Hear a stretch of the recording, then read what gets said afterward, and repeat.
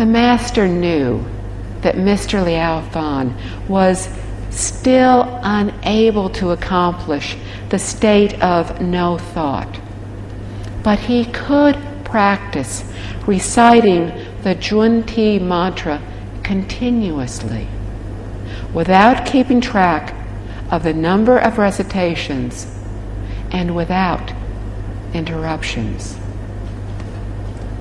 The state of no thought is essential. It is to not have any wandering thoughts, discriminatory thoughts, or attachments. Even though Mr. Liao Fan had not given rise to any wandering thoughts for the 3 days while he had been meditating with the Master, he had not yet reached the state of no thought. He had just used confidence, not concentration, to suppress his afflictions.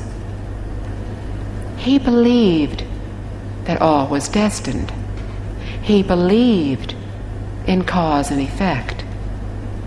Therefore, the Master taught him a way to move on to the next level, to cultivate concentration. To recite the Junti mantra is to cultivate concentration. In ridding ourselves of wandering thoughts and attachments, our true nature will thus be uncovered. The Buddha spoke many times of the original nature as it is. It is the same thing as one mind undisturbed in the Pure Land school. This is the goal of our practice and the true and perfect achievement. It is to reach the achievement of to not recite when reciting and to recite when not reciting. This is often explained as not being attached to the act of reciting or chanting. Thus, to not chant when chanting and to chant when not chanting. We do so whether we are chanting a Buddha's name or reciting the sutra. Therefore, when we do recite the Infinite Life Sutra, we can first achieve constant mindfulness of Buddha Amitabha, and then one mind, undisturbed.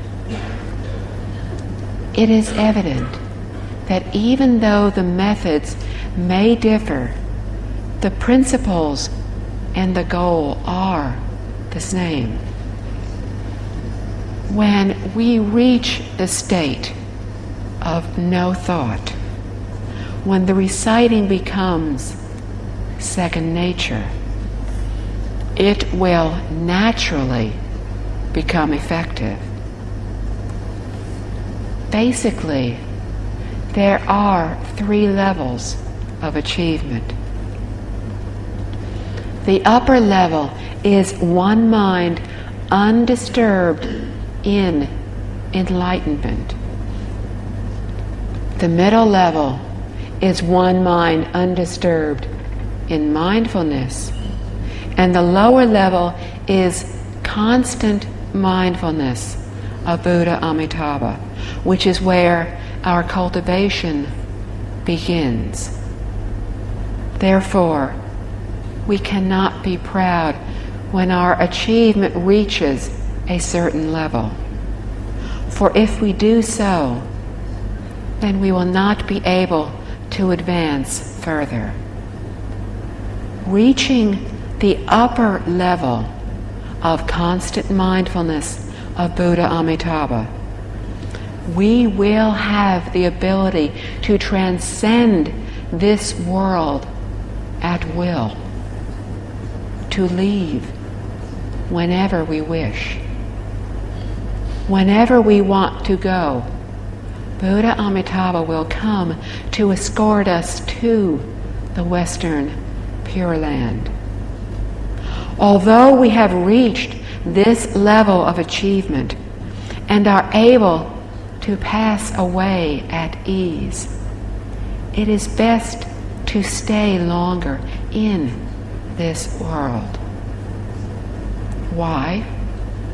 The Infinite Life Sutra tells us that to practice in our world of suffering for one day is like practicing in the Pure Land for 100 years.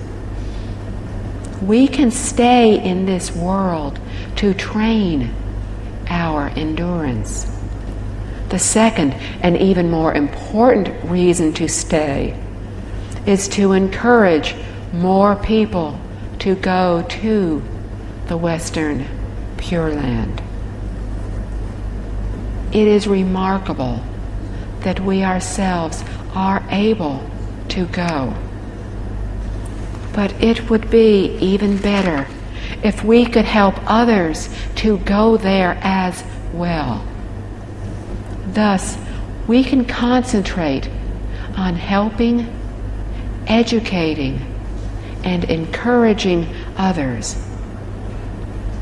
When we ourselves cultivate and encourage others to cultivate as well, our merit is perfect. In so doing, we are able to pay back the great kindness the Buddhas and Bodhisattvas have shown us. For the seeking to be effective, there must be a gain. From the text. My name used to be Shui Hai, which means broad learning. But after receiving these teachings from Master Yuangu, I changed it to Liao Fan, which means transcending the ordinary. End quote. In the past, people had 3 sets of names in China: their formal name, their courtesy name, and their assumed name. Their parents gave them their first one. This name could not be changed, for to do so would be unfilial. The names that parents gave expressed their aspirations for us. If these were changed, it would be tantamount to ignoring this aspiration, truly an unfilial act. Their assumed name was sometimes used when one had a certain social status or prestige in society. When people reached a certain age and became an adult, others no longer called him or her by the name that had been given by their parents. Upon reaching age 20, males underwent a ceremony to be initiated into adulthood. Before this ceremony, everyone could address him by his formal name. Afterwards, it was disrespectful for others to still address him by this formal name that had been given to him by his parents. Then how did others address him? During the ceremony, people of the same generation or older, siblings, schoolmates, and friends, would give the courtesy name. For the rest of his life, he was addressed by this name, no longer by his formal name. If in the future he were to become a government official or emperor, people would address him by this courtesy name. The same applied to females, although their age for reaching adulthood was 16 years. If a person was addressed by his formal name, then most likely he had committed a crime, been sentenced, and punished for that crime. We need to be clear on this general knowledge of how people were addressed. If people wanted to be even more respectful, they would address a person by an assumed name or their birthplace. To address a person as such indicated that he was a respected, important person from a particular place. To address a person by the birthplace was the most respected form of address. It is the same in Buddhism. To show the utmost respect, a monk or nun is addressed by the name of his or her way place or location. Master Jutsu was addressed as the great master of Tiantai because he lived on Tiantai Mountain. Another example is Master Hui Chi, who was addressed as Su'un because he was from Su'un Temple. Liao Fan and Shui Hai were Mr. Liao Fan's assumed names, a very respectful way of addressing him. Only the parents and teacher used a person's formal name after that person reached adulthood. Even grandparents and uncles still addressed a person by their courtesy name. Thus, we see that society accorded the same gratitude and respect to teachers as it did to parents. In Buddhism, monks and nuns have what are known as internal and external names. Their internal one is the Buddhist name. Their external name is the courtesy name. From the text. It signified my understanding of the fact that we could create our destiny, and that I did not wish to be like ordinary people who were controlled by their destiny. From then on, I began to be very cautious and careful in whatever I thought or did. Soon, I felt quite different from before. In the past, I was careless and lived my days in distraction and had no self-discipline at all. Now, I found myself being naturally cautious and conscientious. End quote. This segment talks of Mr. Liao Fan's determination and cultivation in correcting his errors and making a new start. First, he changed his assumed name to Liao Fan from Shui Hai. Liao means to clearly understand. Fan means an ordinary person. At that moment, he understood everything in regards to everyday matters. He was awakened. He truly knew that only we could change and create destiny.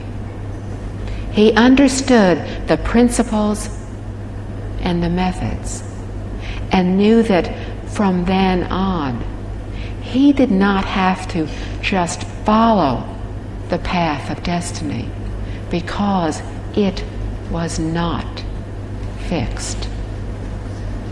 After his resolution to reform, his feeling in daily living changed. From that point on, until the end of his life, he was constantly aware of his thoughts and behavior, was always on the alert, was no longer deluded. In the past, he had been unrestrained, doing things as he pleased, drifting aimlessly through each day. How did he live his life? He did not know. He had no direction. He had no goal. If we live this way, then we will be bound by fate, unable to create our own future. After reforming, he found himself being naturally cautious and careful in thought, speech, and behavior. In other words, after turning over a new leaf, his beliefs differed. His viewpoints regarding life and the universe changed dramatically. Before, he thought everything was bound by fate. What was there to change? But now he knew that we can change destiny. Thus, he was more positive, more determined, more optimistic. From the text,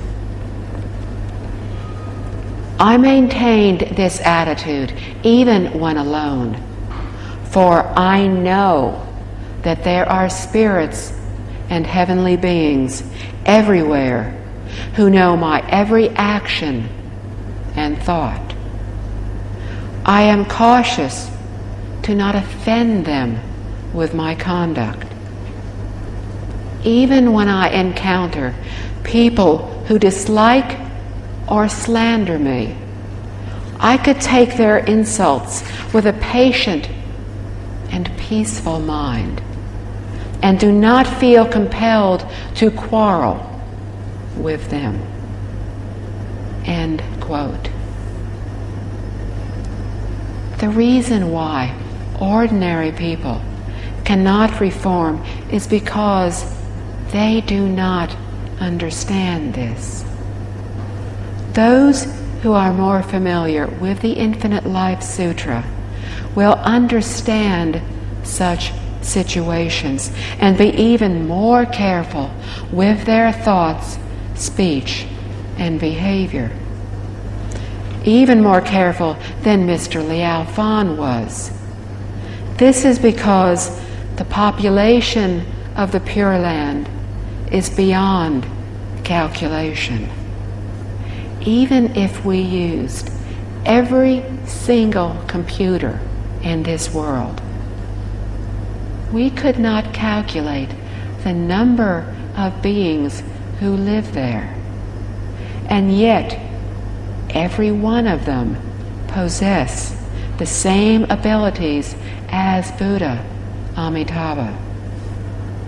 Each of them has the heavenly eye to see all, heavenly ears to hear all, the ability to know every thought of every being throughout the universe in the past, present, and future. So Buddha Amitabha, great compassion Bodhisattva, great strength Bodhisattva, and all the beings in the Western Pure Land know our every thought, know our every wrongdoing. This talks of when we are alone, when no one else can see us. We still need to restrain ourselves and not give rise to any single improper thought. In so doing, we will truly achieve self-discipline and control. As Pure Land practitioners, we want to seek birth into the Pure Land, want to achieve our virtuous nature. If we continue to deceive ourselves, we will be unable to achieve. Confucius said, "The decent person is wary of being alone." Even if we live alone, we can still discipline ourselves by not indulging ourselves without restrictions. In this way, we are truly cultivating. Ordinary people constantly indulge themselves without any real discipline. When in public, they may appear cautious and self-restrained, but when alone, they once again indulge themselves. For example, why is it that in ancient way places, many practitioners slept in one room and were not allowed to sleep in a single room? Because if there was only one person sleeping in a room, he or she would be unable to achieve in cultivation. To sleep in a room with others is to rely on the group. When there are over 10 people sleeping in a room, they will behave well even when sleeping. The purpose of this was to force people to discipline themselves. Today's society is different from those in the past, in that no one is willing to restrain himself or herself, but are self-indulgent, intent on enjoying comfort. Living with a large group, everyone needs to work together. There are some single rooms at way places, but they are especially for cultivators of advanced years.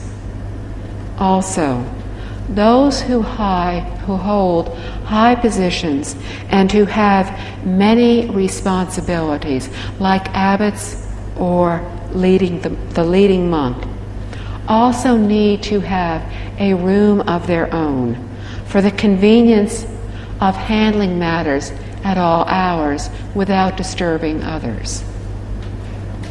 Therefore, true practitioners practice living together harmoniously, one of the 6 principles of harmony.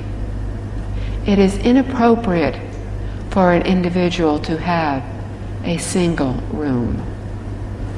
if a person thinks it is uncomfortable to have 2 or 3 people living in a room, it then becomes very easy to think, I do not wish to live with this person or that particular person. Whoever thinks in this way will be unable to achieve the state of constant mindfulness of Buddha Amitabha. Why? They have discriminatory and impure minds. It is the mind that still has dislikes and evasions. How would that person possibly achieve? Then where and how do we cultivate? Wherever it is that we dislike the most, wherever exists the most discriminatory environment to cultivate our purity, our non-discriminatory mind. This is cultivation. It is wrong, it is a fault for us not to be willing to live with or get along with someone. Mr. Liao Fan had discovered his faults, mended his ways, and sincerely corrected his errors. Now, when we have faults, not only do we not correct them, but also we continuously nurture them. How then can we hope to achieve in our cultivation? Therefore, within a Sangha, a starting point for our cultivation is the 6 principles of harmony, which are the basic guideline to follow when living together in a large group. For individuals, anyone can abide by the fundamental precepts and the 10 good conducts. In the past, way places used the Sami precepts and guidelines for dignified behavior as the standard, the 10 precepts, and the 24 kinds of dignified manners. Today, we do not need to be that severe. It will suffice for us to follow the 5 precepts and the 10 good conducts. This can be the standard for both lay people and monks and nuns. However, the standard cannot be lower than this. To live in a group, it is necessary to abide by the 6 principles of harmony, to correct our faults and bad habits, and to learn to neither dislike nor detest others. Mr. Liao Fan found out that even now, when encountering those who disliked or slandered him, he no longer minded. Rather, he found that he could patiently bear their insults with a peaceful mind and no longer felt compelled to quarrel with them. It was evident that his mind was calm and serene, unlike before when he was flighty and impatient, unable to endure the slightest inconvenience, the slightest wrong. Here we can see his improvement from cultivation. Therefore, a practitioner, a true Buddhist, needs to learn how to get along with everybody, to get along with Buddhas and Bodhisattvas, even demons and ghosts, to have found our inner peace and to hold on to it, regardless of the current environment or circumstances. When the sixth patriarch of Zen, Master Huineng, was 24 years old, he found himself in the presence of, and thus attendant to, a group of hunters.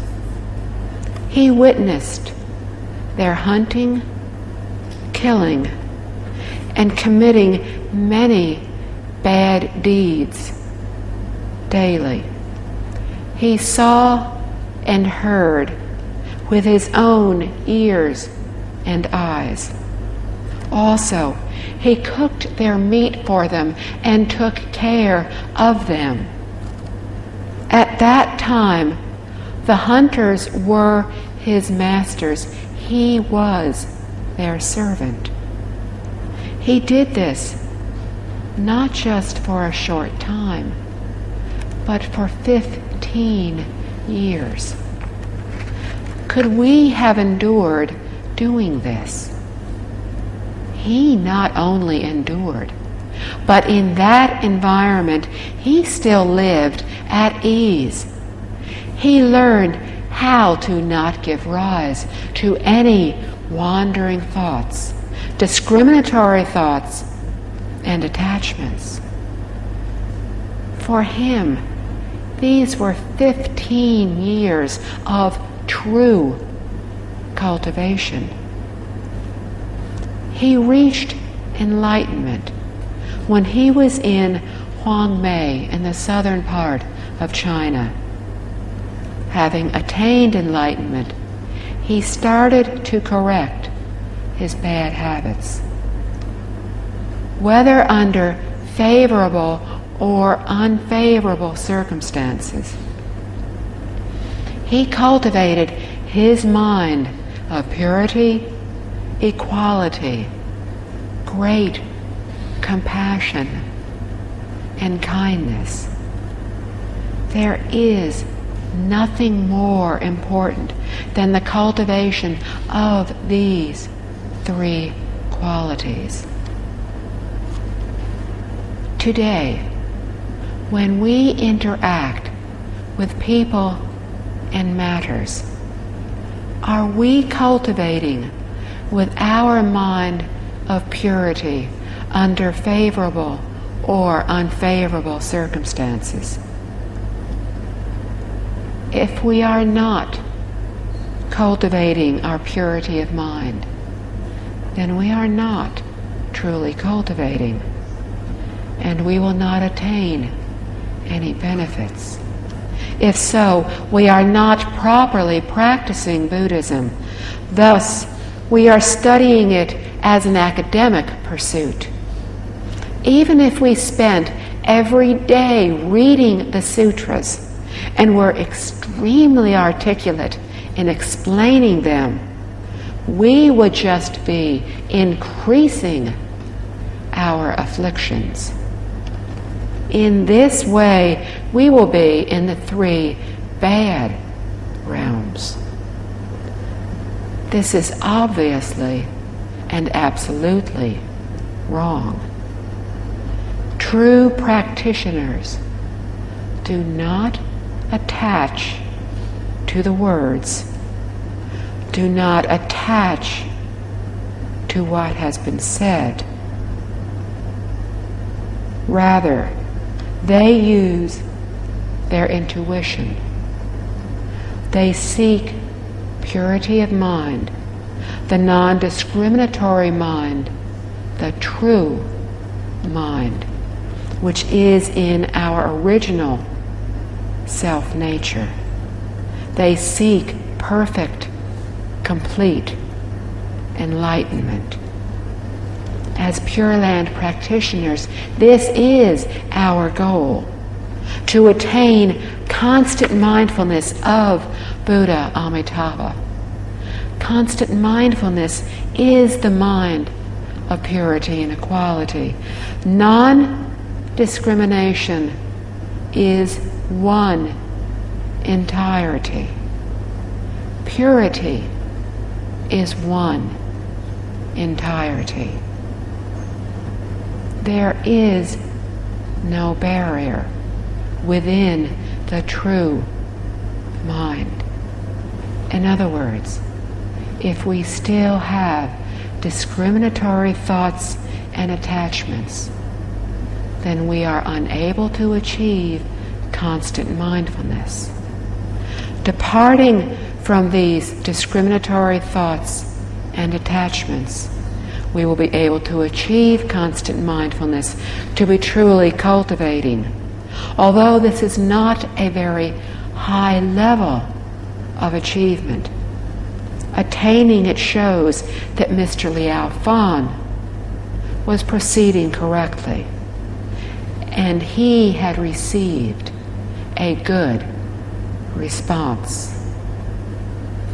From the text.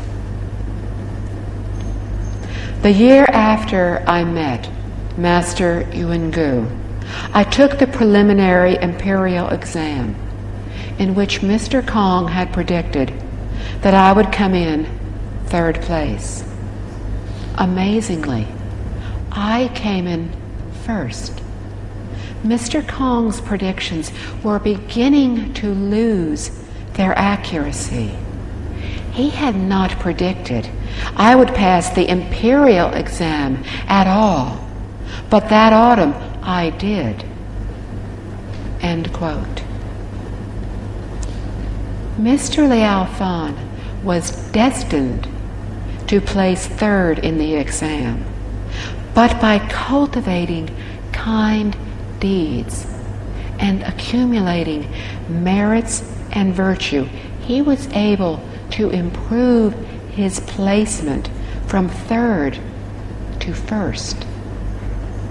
As Mr. Kong's predictions began to lose their accuracy, Mr. Liao Fan saw firsthand that he was able to change destiny, saw firsthand that there were variables, not just constants. Next, he made the wish to pass an even higher level of examination, and again his wish came true. To gain something we were not destined to have is to truly have sought and gained. From the text. Although I had corrected many of my faults, I found that I could not wholeheartedly do the things I ought to. Even if I did them, it was forced and unnatural. I reflected within and found that I still had many shortcomings, such as seeing an opportunity to practice kindness and not being eager enough to do it, or having doubts when helping others in need. Sometimes I forced myself to act kindly, but my speech was still untamed and offensive. I found I could contain myself when sober, but after a few drinks, I would lose self-discipline and act without restraint. Although I often practiced kind deeds and accumulated merits, my faults and offenses were so numerous, they seemed to outnumber my good deeds. A lot of my time was spent vainly and without value. End quote. We would do well to pay attention to these several points Mr. Liao Fan found that though he had corrected many faults, he was still unable to do things as enthusiastically as he ought to. As for us, we should not expect any reward when we help others, for it is our responsibility to do so. Confucius and others taught us the 5 human relationships and 10 moral responsibilities. The 5 human relationships are founded on traditional moral principles. They include those between husband and wife, parent and child, siblings, friends, political leaders, and the public. To practice what we ought to practice is a virtue of our nature. It is naturally within our responsibilities as parents to be protective, to care for, and guide our children. It is naturally within our responsibility as children to be filial, to honor, and to respect our parents. Whether as siblings or friends, we should be respectful towards each other. Friends should be trustworthy, honest, and reliable towards one another. All these are within our responsibility. We are naturally obligated to be such. All of us should be mutually caring, respectful towards one another, helpful towards one another.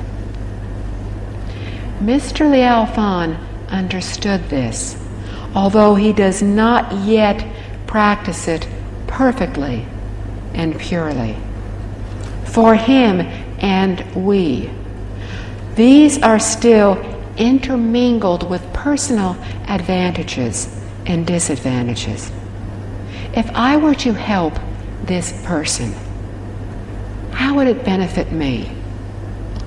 If we have these considerations, then our thoughts and actions are not pure, and we will be unable to wholeheartedly put our efforts into helping others. From this we know that although we do kind deeds, we still have not yet done enough. Mr. Liao Fan carefully reflected and found that he still had many shortcomings, such as seeing an opportunity to practice kindness and not being eager enough to do it. Confucius taught of the virtue of assisting others in achieving kindness. He taught that beauty is a virtue. When we encounter others doing good deeds, we would do well to help them accomplish their goal. Why? A good deed can benefit the whole town, the whole society. For example, when a road needs to be fixed and a person volunteers to repair it, when we come upon an occurrence like this, we need to wholeheartedly put our efforts into assisting that person to accomplish this goal and to benefit the people. Any matter similar to this benefits people, benefits society, and deserves assistance from all of us. Another example is here in Singapore, where the Singapore Buddhist Lodge and the Amitabha Buddhist Society have visited the Muslims, Hindus, and Catholics. During these visits, We have had the good fortune to be able to assist them in their admirable work in such areas as caring for the aged, for the hearing impaired, and in providing free medical care. Some people have questioned why Buddhists are helping religious groups. We do so because it benefits people, benefits society, and needs assistance to be able to do so. This is what we learned from Liao Fan's 4 lessons. When we practice acts of kindness, we do not discriminate. We do not say, we will help these people, but we will not help those people. We need to practice the heart of helping, and to do so without expectation of reward. It is to wholeheartedly use our compassion, our wisdom. Mr. Liao Fan was able to go along in helping others, but could not do so wholeheartedly. He was only a little bit willing. He still had doubts when helping others in need.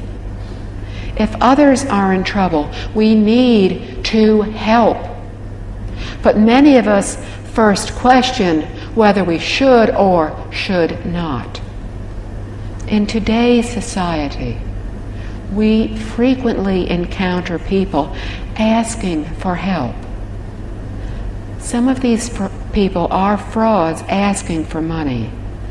After receiving it, they go out and spend it on overindulging themselves in food, drinks, and gambling. If so, then our kind deeds become transgressions. Thus it is difficult indeed to do kind deeds, for it requires both compassion and wisdom. Compassion is the authentic driving force behind our helping others. Wisdom will help us to examine and judge whether we should or should not help. If the person does indeed need our help, then we do everything we can to assist them. On the other hand, if they try to cheat and swindle us, and we know what they are doing, we need to guide them. If they are not really old or ill, but are healthy and strong, then we can encourage and guide them, to encourage them to engage in a decent and proper job, not to be making a living using devious means. Sometimes Mr. Liao Fan forced himself to act kindly, but his speech was still uncivilized and offensive. Therefore, correcting errors is to make a fresh start in something it is not readily accomplished. It requires time and continuous reformation. In the beginning stages, difficulties are unavoidable. To behave kindly and courteously in manner while being careless and thoughtless in speech is a bad habit. Since ancient times, speech has been considered the source of both fortune and misfortune. So we need to be constantly aware in our speech. of Confucius' 4 studies. The first one is that of virtuous conduct, which is basic to being an honest person. Today, we would call this moral education. However, this kind of education no longer exists today, as people today are less concerned about it. The second academic discipline is speech. Confucius was emphatic on the training of speech, that we should speak properly with respect and not harm others with our inconsiderate words. We often carelessly harm others with our speech. When this happens, they take offense and bear grudges. In the future, they will seek revenge. Thus, resentment and misunderstandings arises from this, creating many problems for us. The speaker had no such intention. The listener interpreted it to be so. We need to be discreet, reserved, and reticent in our speech. There really is no need to talk a lot.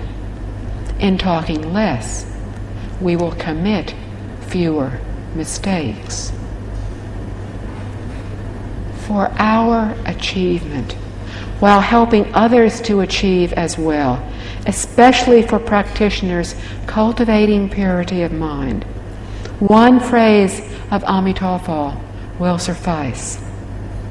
In this way, when we are subjected to listening to gossip, we do not respond with anything other than Amitabha. When they continue to gossip, we repeat Amitabha. We continue to repeat Amitabha several times. When they are finished, we will not have paid any attention to what they said. We will only have chanted and have forgotten whatever they were talking about. This will be good, for it is best not to say much. Mr. Liao Fan had this bad habit of talking too much. He also found that he would be on his best behavior when sober, but after a few drinks, he would lose self-discipline and act without restraint. This restriction on intoxicants is one of the 5 major precepts in Buddhism. We need to understand exactly why the Buddha prohibited alcohol. When intoxicated, we can act foolishly and thus recklessly. If we can drink a moderate amount of alcohol and not become intoxicated, then there is an exception to this precept. The precept is very clear on this. We are not even supposed to take 1 drop of alcohol. There was the fear that we would be unable to control ourselves, which would lead to creating other problems, breaking other fundamental precepts. In the past, when Venerable Master Jing Kong was studying in Taichung, his late teacher, Mr. Bingnan Li, lectured on the Book of Rites. There was a commentary on the Book of Rites written by Mr. Kong Chung Jung, a learned scholar who combined profundity with virtue during the East Han Dynasty, almost 2,000 years ago. He was a student of Rong Ma, who in his own time was also an exceptional scholar. However, being narrow-minded, he was extremely displeased if any of his students' achievements surpassed his. Mr. Jung's achievement did precisely this. Rongma could not only not resign himself to this, but he hired someone to kill Mr. Jung. When Mr. Jung was taking leave from his teacher, the latter took his students to a pavilion 10 kilometers out of town to see Mr. Jung off. He implemented his ill-intentioned plan and began encouraging everyone to start drinking toasts to the departing student. Eventually, Mr. Jung drank 300 toasts. Rongma had hoped to get Mr. Jung drunk, which would have made it much easier for the killer to succeed with his plan. He had no idea that alcohol had no effect on his student. Mr. Jung maintained his demeanor of courtesy and propriety throughout the evening. Mr. Lee said that if everyone were able to drink this much without being affected, then Buddha Shakyamuni would never have needed to establish this precept. We need to understand why Buddha Shakyamuni set up this as well as other precepts. When Buddhists are cooking, it is okay to use cooking wine because we will not become intoxicated. It is therefore permissible to use it for flavoring. As for the elderly, alcohol can improve circulation. So it is permissible for them to drink a glass at meal times. These are exceptions to the rule. They are not breaking the precepts. We have learned of Mr. Liao Fan's sincerity in honoring his teacher and revering his teachings. He did not casually say that he would do something and then gradually forget all about it. Instead, he had the rare ability to immediately understand and believe everything that Master Yungu taught him. We see the depth of this understanding and belief as Mr. Liao Fan began to regret each and every one of his faults in front of the Buddhas and Bodhisattvas. In essence, he asked them to be his witness. When we are truly intelligent and wise, we will let others know of our faults. Then when we are corrected, our karmic obstacles will be reduced. The Master taught him to chant a mantra to help him concentrate his mind, eradicate his wandering thoughts, and thus attain purity of mind.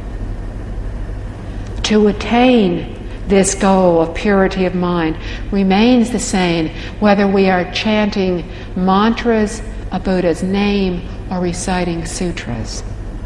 All emphasize cultivation. What is important is that we choose the method that is most appropriate for us. If we cultivate sincerely and diligently, then we will be able to end our erroneous ways, practice kind deeds, and cultivate purity of mind. In due time, whatever we seek will be attained. In seeking something from the Buddhas and Bodhisattvas, or the beings of heaven and earth, we need to do so without having any thoughts or considerations for our seeking to be effective. To achieve this, our mind needs to be truly pure, without any wandering thoughts. This is the mind of sincerity, purity, and respect.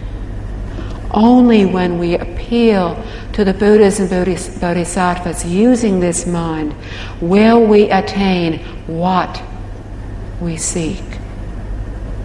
Unfortunately, most people wish for a happy and fulfilling life, not realizing that this is not necessarily synonymous with wealth, fame, and prestige. Therefore, we need to understand that if we wish to create our destiny, we need to be able to accord with sentient beings and to be joyful over the good deeds of others. Only in this way will our lives be happy and fulfilling, and then we can help others to attain these as well. Regardless of favorable or unfavorable conditions, we will be completely at ease. We will have good fortune and attain the great liberation. True happiness is not achievable without great knowledge and our efforts and our practice. Actual learning and true practice is true knowledge. Reaching achievement is returning to our original state. It is revealing our self-nature, which is not the state of an ordinary being. This is true happiness. It is to be filled with the Dharma joy, to truly abandon suffering for happiness. It is what awakened people seek. Only when we become awakened will we be able to settle our mind. And only then will we be able to create our destiny. Amitofo. Thank you.